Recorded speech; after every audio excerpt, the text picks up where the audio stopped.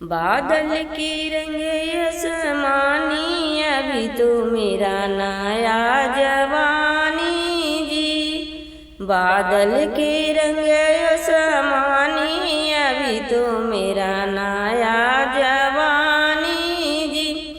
पढ़ने को वास्ते स्कूलिया में गई थी, पढ़ने को वास्ते स्कूलिया में गई थी।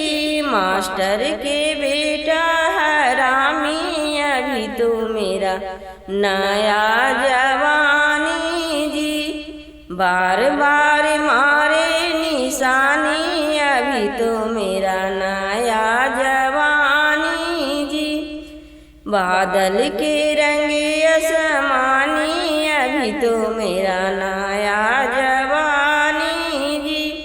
पनिया भरने को कुआं पर गई थी, पनिया भरने को कुआं पर गई थी। पन भरने के बेटा हरामी, अभी तो मेरा नया जवानी जी। पन भरने के बेटा हरामी, अभी तो मेरा नया जवानी जी। बार बार मारे निशानी, अभी तो मेरा नया जवानी जी। बादल के रंग आसमानी, अभी तो मेरा नया जवानी जी।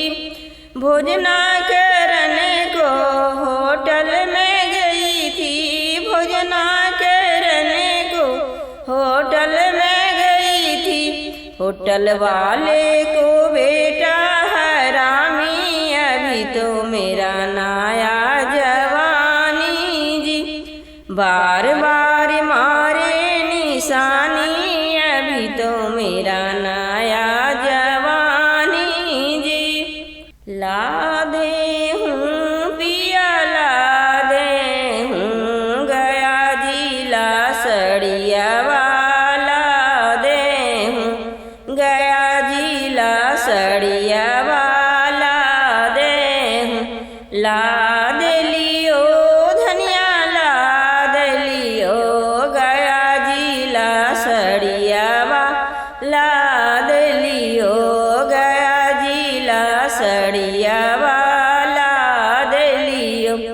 पेन ले हूँ धनिया, पेन ले हूँ गया जिला सड़िया वा, पेन ले हूँ गया जिला सड़िया वा, पेन ले हूँ। पेन ले लिया प्रभु जी, पेन ले लिया गया जिला सड़िया वा, पेन ले लिया गया जिला सड़िया वा, पेन ले लिए। हेल जाऊँ धनिया, हेल जाऊँ इंटोमेंटो कोठरिया में, हेल जाऊँ इंटोमेंटो कोठरिया में, हेल जाऊँ।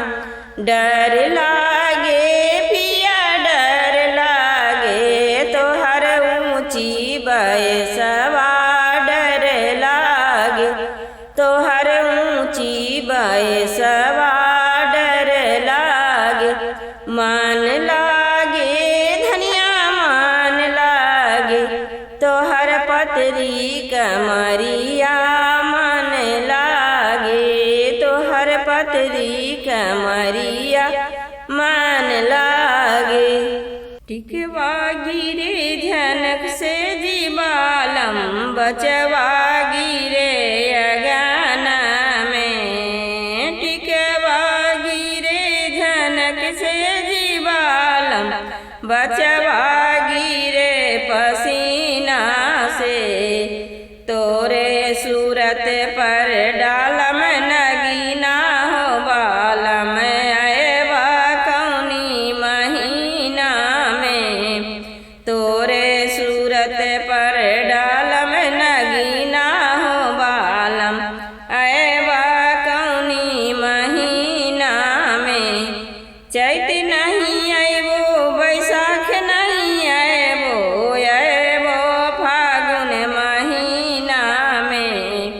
फागुन महीनमा में अबो धनिया खेलबो रंग अबीरवा। फागुन महीना में अबो धनिया खेलबो रंग अबीरवा। टिकवा बेचिए बेची बालम के पढ़ावली। टिकवा बेचिए बेची बालम के पढ़ावली। मास्टर करी देले फेल फिकिरे मतु करना जी राजा।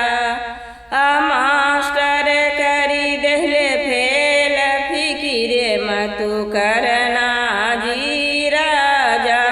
पटना शहर में बड़े बड़े बाबू लोग। पटना शहर में बड़े बड़े बाबू लोग। उनका से पैरवी कराए पास करवाए बये राजा। उनका से पैरवी कराए पास करवाए बये राजा। चुए रसगुल्ला के पानी अगनमा कैसे बहारू जी। चुए रसगुल्ला के पानी अगनमा कैसे बहारू जी। ओहि रे अगनमा ससुर जी के डेरा। ओहि रे अगनमा ससुर जी के डेरा। दुपट्टा टनते दिन जाए आषाढ़ गर्मी के महीना जी। चुए रसगुल्ला के पानी अगनमा कैसे बहारू जी। जाकर कहना अपनी बाल मुझसे। जाकर कहना अपनी बाल मुझसे। भेज दिया पंखा नगीना आषाढ़ गर्मी का महीना जी। भेज दिया पंखा नगीना आषाढ़ गर्मी का